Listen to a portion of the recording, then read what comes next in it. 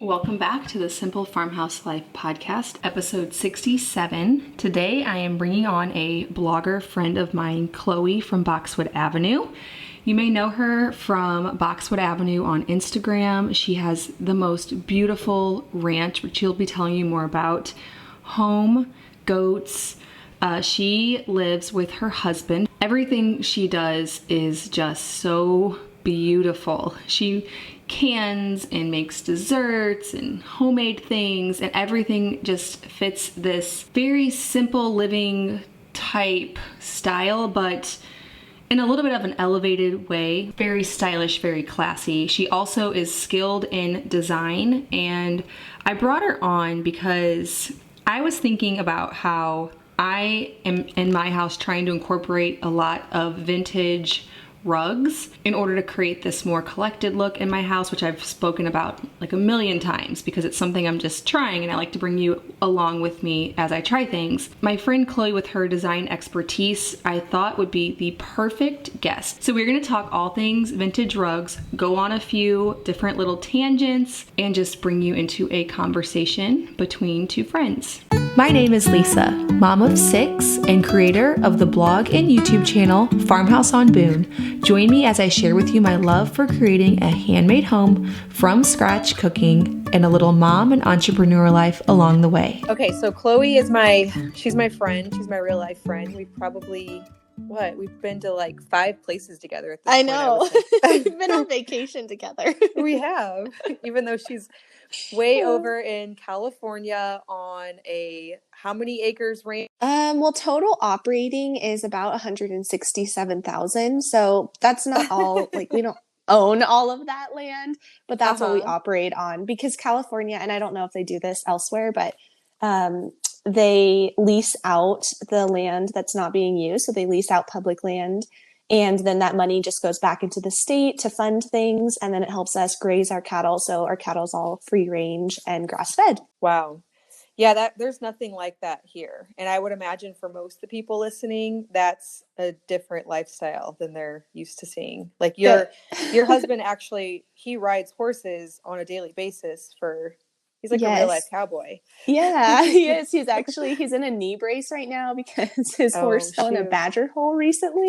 No. But he's fine. He's totally fine. But yeah, he's a real cowboy. He's a real cowboy. She's married to a real cowboy. And you have goats. You're kind of known for your goats. Yes. Butternut. I know Butternut. I have four just pet goats, really. We don't raise goats or anything on the ranch. But when we moved up here, because I was from the city, I told my husband that there were 2 things I wanted. I wanted goats and I wanted to be able to still travel. So I still get to do those things. And the goats have been like the best. I love them. I take them for walks every night. It's kind of my end of the day routine. We all go for a walk and it's just really nice. Your goats are Instagram famous. Yeah, everybody knows. I actually have like mugs and t-shirts with Butternut's face on it. Oh, do you really? Yeah, I do. That's awesome.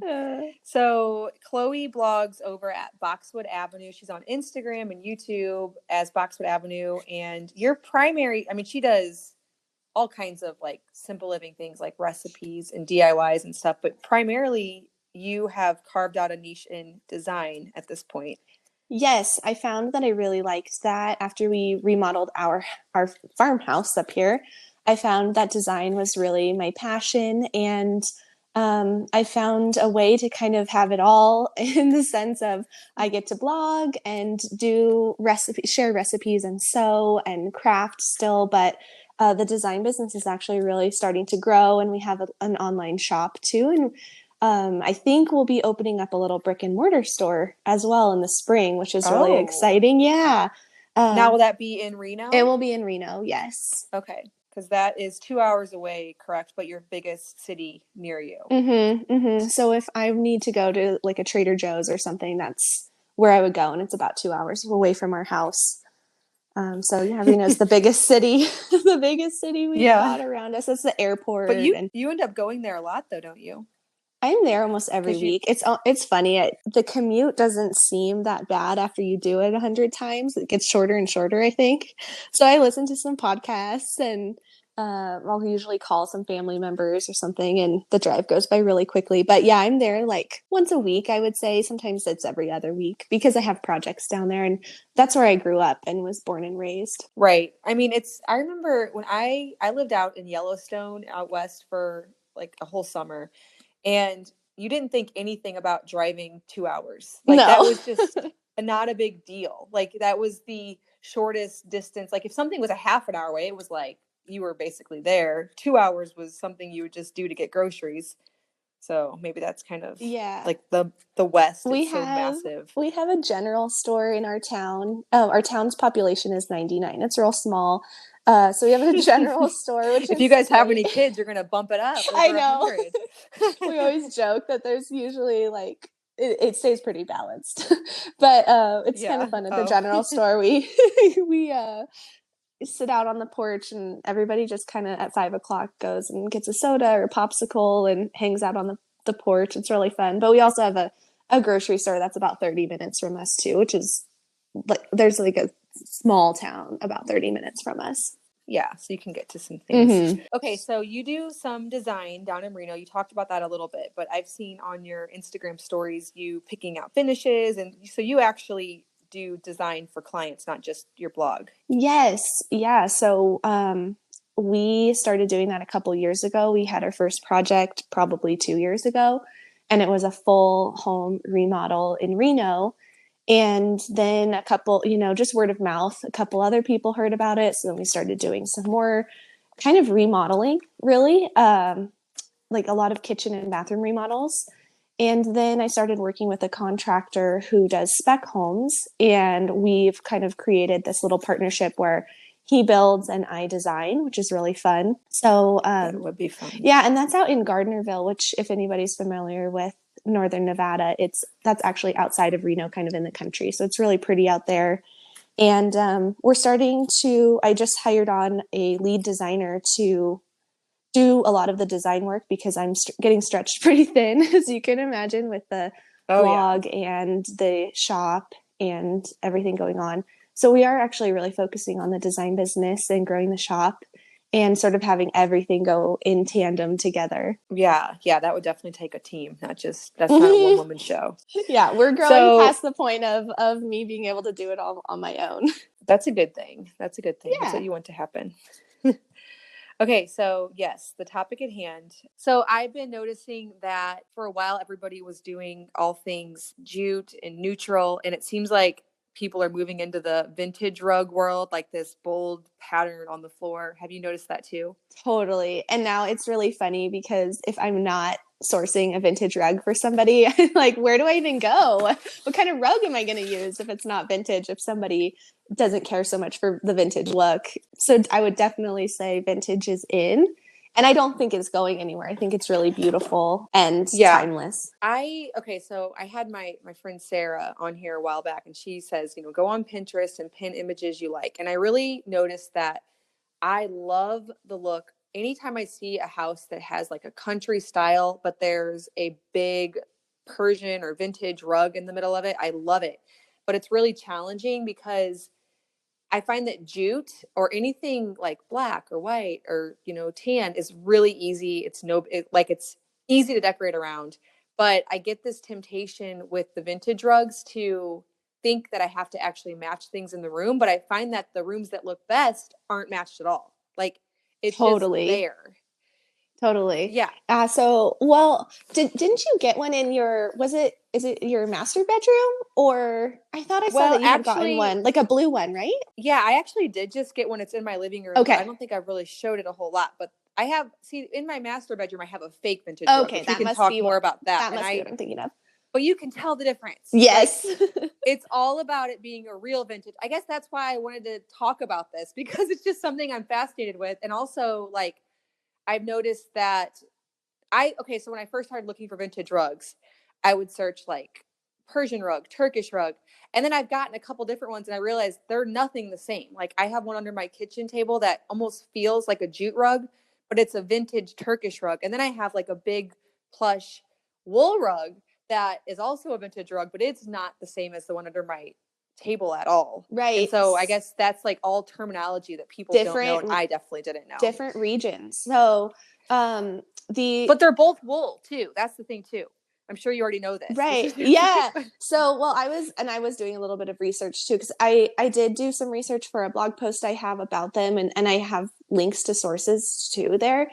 But I was reading a little bit more just so that I would refamiliarize myself before we jumped on this call. But the different regions. So if you think about where these rugs were made and why these rugs were made, because we're using them as decoration, but really they were used as function. Yeah. And so people would be traveling and not really, they're more nomadic. So they would be traveling throughout the region. So a lot of the time you'll find that these rugs are a little bit smaller. It's harder to find an oversized, large vintage rug because they would have to pick up and move very often. So the rugs are smaller because they would put them on the back of their camels or on the back of their, with their goats and things like that, so that they could travel easily and move to a new location easily. And then where I think probably what the difference you're seeing is the Turkish versus Moroccan.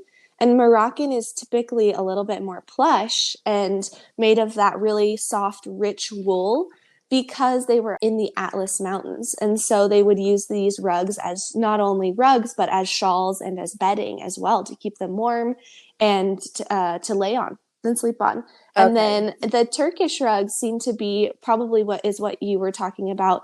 They're more of that low pile, and they have more of that jute feel, and they have a little bit of a tighter knot. So they're not as long weave, I don't know if that's the right term, but they're not as plush when you walk on them as the Moroccan Berber rugs are. Okay. And then what are the Persian ones? I think what I have in my living room is considered a Persian rug. So a Persian rug, I believe, would be the Turkish rug, and they have a little bit more of an ornate decoration to them. So the Berber and Moroccan rugs are kind of what you see. You see a lot of knockoff versions, and they're like the really soft and fluffy white with the kind of X's or little motifs on them. Those would be the Berber Moroccan rugs. And then the Turkish or Persian rugs have a little bit more color, more decoration. The Persian rugs will have usually some sort of like medallion in the center, and then a kind of a border around the edge. I actually have two different medallion rugs. They're both wool, but the one under my table, it's like you said, like the low pile. It's like, it feels rough like jute. And then the one in my living room also has the medallion, but it feels like plush, like wool. So I don't know. Interesting. You can't always tell what you're getting too when you order online. I'm guessing that it's probably just regional, because the way that things are woven are passed down from generation to generation. And so it could just be a different way that it was woven. Yeah, it's interesting. Mm-hmm. So, okay, let's talk more about actually getting them into your house, like designing with them. Because like I said, the thing that I have noticed is you don't need to match around it. Like I have this really, like the thing that started me on this is a year ago, I was at an antique shop and I bought this red and like, just like a classic Persian rug, with the colors like red and white and all that. And I put it in my son's nursery, and the rest of that room is very country. Like I have linen curtains, and I have ticking stripe, and I have a wingback chair that I slip covered in wood. And then I have that rug. And I think I would have thought before that that's not okay. Like you have to be like neutral, pulling red. Yeah. Like it somehow, this very not neutral rug actually ends up feeling like a neutral, which is surprising to me. And this was sort of a revelation. And that's like what got me on this journey of wanting to put all of these vintage rugs in my house. I think that a vintage rug is almost a neutral. And the beautiful thing about when you find a truly vintage rug is that the colors are often a little bit muted. It's like a great pair of shoes that you've had for years that's worn in. It's kind of like that vintage rug where the colors are softened. It's got a little bit of age to it. It's been well loved. And I think that makes it feel a little bit more neutral than if you were to say buy the replica version of that rug and it comes and it's made to look vintage. That red is going to be way brighter and way more in your face than the vintage rug that you found. I mean, it is bright. It's funny. Like, it's for sure red. And I think if I would like throw that into, like, I used to like to design rooms with like a design board or something. Uh-huh. And Uh-huh. that rug would definitely not match, but somehow it works. Like, I've heard people call the floor the fifth wall. Totally. Have you And heard that? and the ceiling too. People Yeah, often that's forget about the supposed to, ceiling. apparently that's like, or no, okay. Well, I don't remember. Okay, so there's four walls and the ceiling's one and then the floor is another. So maybe it's the Totally. sixth wall. Yeah, well, regardless, I think that it's easy to forget. So when I first started getting into design, and this isn't about rugs, this is about lighting. When I first started getting into design, I was like, I don't even need a light in this room. You know what? The light is just an added expense. We've got lamps, or it was like our entryway or something. And then I started to really get more invested in design and lighting. I'm obsessed with lighting now, and I love lighting. I think that it's just easier to be able to forget about that once you've got the furniture. So like the lighting or the rug, because those are like the fifth or sixth wall. But they really end up setting a room off. Like, Oh, both of those yes, things. totally. Like, If you don't have those things, you're going to, even if you can't quite put your finger on it, you're going to feel that something is missing. And after my lighting journey, and now I absolutely love lighting and I could spend all day looking at lighting, then I decided that I really wanted to learn more about textiles, because I felt like that was something when I would look, like when I would do the Pinterest board thing and I'd look through and I'd see, okay, what is the common theme that I'm pinning? Yeah, it was really beautiful textiles. And I think that a great rug goes along with that. And I think that a great rug or really beautiful textiles can really make a room come alive. But I completely agree. But to go back to your point about vintage rugs, I really do feel like that they can be a neutral. So in my house, we have we have an entryway where I have a vintage rug and it's got pinks and greens. And then off the side of that, I've got a blue vintage look rug in my dining room, and then a black and white Moroccan rug in my living room. And none of them match together. You know, you wouldn't want to put all three of them right next to each other. But I think that they flow really well, because I think that those motifs and the prints and the way that things are woven, they just feel really timeless and really traditional. Yeah, I do too. Like, in my girls' room, I just redid the girls' room. I think I have my reveal coming out tomorrow. Oh, that's Scheduled for exciting. tomorrow. Yeah. So the rug does not match. Like, if I were to throw the rug into a design board thing and put like the beds and the blankets and like the lamps and everything all together, I'd be like, that rug doesn't fit. But then it totally does. Like, that's, I think, what's so shocking to me. Like, I've always loved to design too. Mm-hmm. And I've really in the past been super matchy with everything. And I'm realizing that these collected homes that I really like the look of, they are able to blend these things that don't match, but then totally do. Like you said, like, it flows still. And I've seen these homes too where they're like these country farmhouses, like in the style that I like. But then there's all of these rugs just laid out all over the floor, and it looks really good, but it doesn't match, you know? I think that you bring up a really good point, in the sense that if you think about a collected home and one of those country homes, all of that furniture has been collected, and it's not like they were all purchased from one single store to all match or all at once in one time period. And so I think that what can make a really beautiful design is just blending. You can blend an old hutch that you found with a vintage rug that was given to you, with some art that you sourced from a flea market or from a thrift shop, and bedding that, you know, maybe isn't just a clean white. Maybe you found some bedding that you really love from your grandma's house or something like that. And I think all of it comes together really beautifully when you layer it and when you curate it like that. I think where there's the tension in the design is when everything is matchy, because it doesn't look as curated and it doesn't seem as thoughtful. Even if it was, I think that always having some sort of vintage elements will make a home feel so much more welcoming and so much more cozy. Oh, I definitely agree with that. That is so true. And somehow it also has like a effortless look to it. Like, you don't, the best houses look like you think it all just came like over the years. Nobody really thought about it, but yet you know that they did. Because also, if they didn't, you know, usually if you're not too interested in design, you don't collect things along the way. And so you probably wouldn't have that many things in it. But the best ones, almost like when you're watching a movie or a show, the set, Yes. like an old kitchen or Yes. something, I'm you know obsessed that with was doing thought that. through. Yeah. Yeah, nothing about that set just, I mean, it's a set. Like they thought it all through.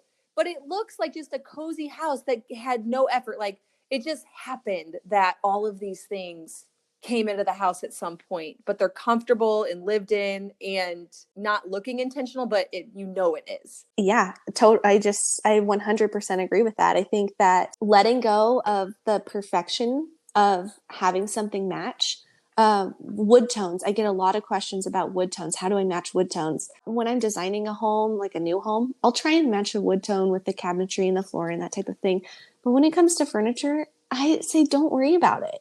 Bring it all in. It will all flow together. Everything will start to layer and start to feel really curated. Letting go of that matchy-matchy, I think, makes the design so much more interesting. Because when you're matchy-matchy, the eye is just like, it falls flat, you know? It's one color. And I'll still do a color palette, but we'll get a little bit wild with it, just kind of as a base point. If anybody's listening and going, oh my gosh, this seems really overwhelming, or I don't really even know how to layer that, we kind of start with a jumping off point. So if you can find a vintage rug that you really like, you can always use that as a jumping off point. And maybe then you do bring in a couple red tones if it's a red rug, or blue tones if it's a blue rug, or you find a complementary color to the red to make it all kind of feel a little bit more cohesive.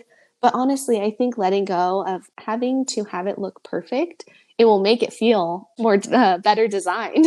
Yeah, I know. I find myself even drawn to homes that just don't have that perfect look anymore. Like I'm rebelling against the design. I love boards. it. I guess that's what I'm doing. Like Also, I just, you know, on Instagram, I think we see perfect home after perfect home after perfect home, and it's refreshing to be able to look at something and be like, wow, that was interesting. That wasn't perfect. I really liked that. That made me stop in my scroll and take a deeper look through look. it and you study the details. Yeah. And I think the reason that it became so popular to have like, you know, the perfect, like the look I'm trying to think of, I don't even know how to describe it, but it's because we feel the pressure to do like a before and after.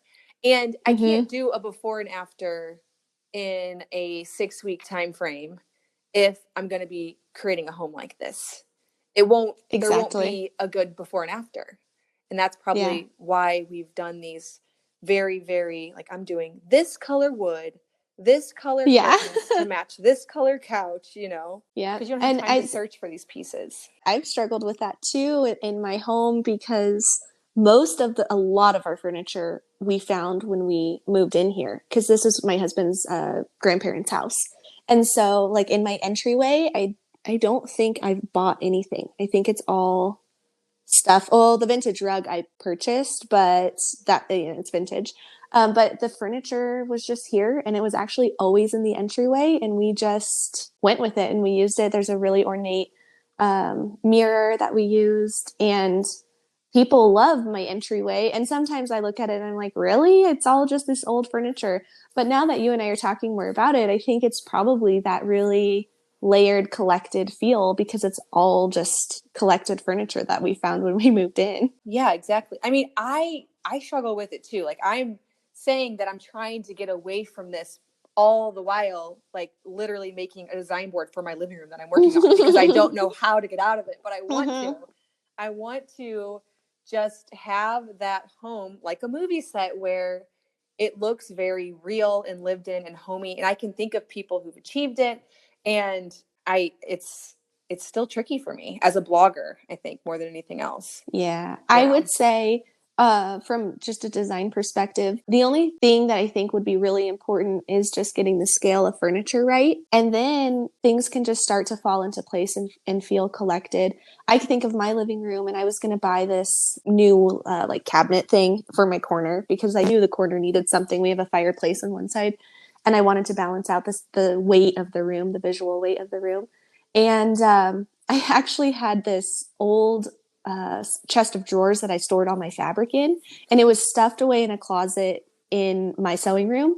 And I was like, you know what? I'm just going to pull that out, and I'm just going to see if it works. I mean, I had literally just put this thing in a closet because I didn't really like it that much. And then and it was Greg's grandma's. When I pulled it out and I put it in the living room, it looks fantastic. And I think it looks so much better than had I bought something new. So I say, like, work with what you've got. Yep, shop the house. Yeah, say that. Go to thrift stores, go to flea markets, and slowly collect the home. I think that one of the biggest mistakes I see with clients and just, with people reaching out on Instagram and that type of thing is when people rush into buying something just to make their home feel complete, it's not going to feel complete.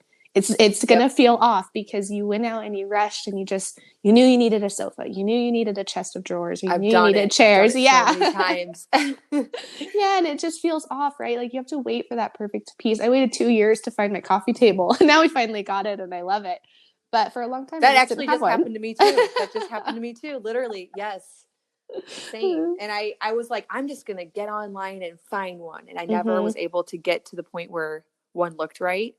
And I never ended up buying one, but I finally found it. And it was definitely from a Where did you find it? Yeah, good. It just at antique shop. Yeah. And it's not even a coffee table. It's a trunk. And I've always wanted to do that, but I couldn't find like the right kind that would be the right kind of trunk. But this one totally is. So yeah, it's way more of a process than we want it to be. It's definitely worth it. It is. I have some of my best girlfriends are moving, and so I've been helping them. And one of them is going, and she bought a new rug, and she bought some new furniture. And she's like, "Oh, I don't like the rug," or "Oh, I don't like this." And I think it's when you try and rush the process. And I really do think it's worth going to specialty stores like flea markets, thrift shops, antique shops, and finding those special pieces to bring into the house. Yes, definitely. Okay, so on the vintage rugs, we talked a little bit about materials. What about price point? Like, do you have and sources? Do you have some good rugs you found that have been really okay? Yeah, tell me. So you'll find vintage rugs at, there's interior designers with online stores, and they'll be like $3,000, $4,000, $10,000, and not to say that they aren't worth it, but you can find those rugs for a little bit less. So there's lots of sources. So my first kind of go-to is Etsy. I love shopping Etsy because it connects you directly with people in Turkey, people in Morocco, so you can directly import the rugs yourself. And those aren't very heavy because I bought like a Turkish rug on Etsy, and it was actually a very good price. Yeah. Oh yeah. You can get them for $300-$400. They're great. Yeah. It's great. So, you can find a lot of runners that way. And then you'll start to see, different shops, Etsy has those shops, and you'll find maybe there's a particular shop that you start to really like. You can favorite that shop and just start to follow them and see when they have new items, or you can message them and ask them, do you have anything in this kind of color palette or this size? And they're usually really willing to send photos and work with you. And they often will offer you a little discount too if you message them. So that's a good tip. Sometimes they'll give you like 10 to 15% off, especially if you buy two. So if you're looking for maybe a runner and a small area rug or something, you can kind of get a deal if you get two. So Etsy is really my first go-to, and then also eBay. And then there are some other online shops, like I think it's called Vintage Rug Shop.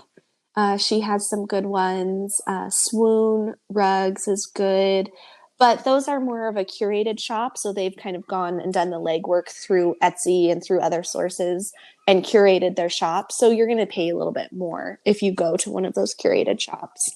So Etsy's really the best source, I think. You just have to spend a lot of time on there and going through. Yeah, it's just the same with like flea markets. Totally, like you're gonna find one eventually that's gonna be a total steal. But you either have to spend more money or more time. It's gonna always be one or the other. Exactly. Pretty much everything in life. Yeah, it's so true. It's so true. So if you have the budget and you don't have the time, then there's some really great curated shops.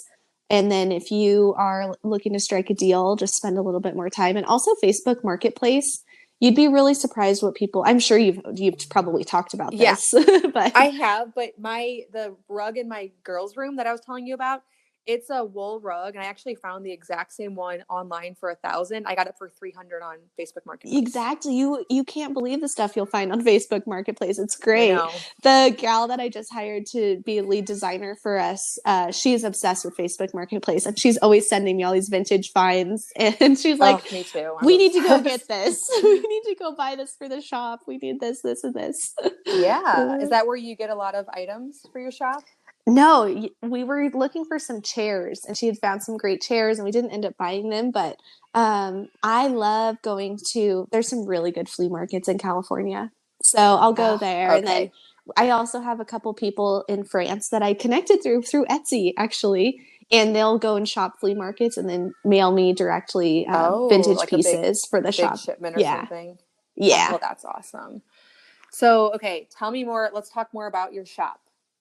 It's on your website, exciting. boxwoodavenue.com, and Yes. you have all kinds of home decor pieces, mostly smaller things, like not furniture, right? Not furniture yet. We're hoping to start adding more furniture once we have the physical location, because right now I'm physically shipping everything out of my basement. So adding the idea of shipping furniture to my plate was like a little bit overwhelming. But yeah, we primarily have small goods, but a lot of vintage finds. So like I said, from France or, from all over the place, India. Oh, yeah, I want to get this. I'm just looking at your shop. Let's see here. Kitchen sink set. That's adorable. Oh my gosh. That is our biggest seller. It's really so cute. It's really cute. So it's got a block of French soap and then a ceramic little plate and a dish brush. So we think that, like, something as simple as that, we really want to empower people to have that simple, slow lifestyle no matter where you live. So even if you live in an apartment, that kitchen sink set can be something that you have that makes having dishes a little bit, or makes doing the dishes, everybody has dishes, but makes doing the dishes a little bit more intentional, and slows you down, and take a moment with the soap that's crafted using methods that have been used for 300 years, and the handmade dish brush and all of that. It's that whole mindset of slowing down. And that's what I really like about living up here on the ranch, is that it really caused me to reevaluate my life and slow down a little bit and enjoy those little moments. Oh, yeah. Yeah. And you have some beautiful baskets, like the French style. Yes. Yeah, I have a love affair with France. My family's from France. So my grandfather is from France. He immigrated here. So I have a lot of French goodies in my house and in the shop, because I have a thing for France. It's beautiful, and it fits in with your aesthetic so much. Thanks. Awesome. I'm going to let you get off to your sister's horse show. Thank you. Yeah, we're really excited. And I really appreciate you chatting with me about vintage rugs and other home decor type stuff. And make sure everyone to go check out Chloe. Best place to find you is Instagram, or would you say boxwoodavenue.com? I would say boxwoodavenue.com. We've got links to our YouTube there, which you inspired me to do. And then we've got links to the shop and the design business and everything there. And Chloe shares a little bit of ranch life over on YouTube. Yes, I do. All right. Well, thank you so much for listening to this episode of the Simple Farmhouse Life podcast. If you have not yet gone over and given Chloe a follow on her Instagram or checked out her blog and shop at boxwoodavenue.com, be sure to do that. Also, if you have not yet given this podcast a review, it helps my podcast to grow so much to get reviews. That's just a metric for Apple to determine which podcast they should recommend. And so if you could just take a minute and give me a 5-star review, I would be so appreciative. It would help this podcast so much. Thanks as always for listening, and I'll see you in episode 68 of the Simple Farmhouse Life podcast.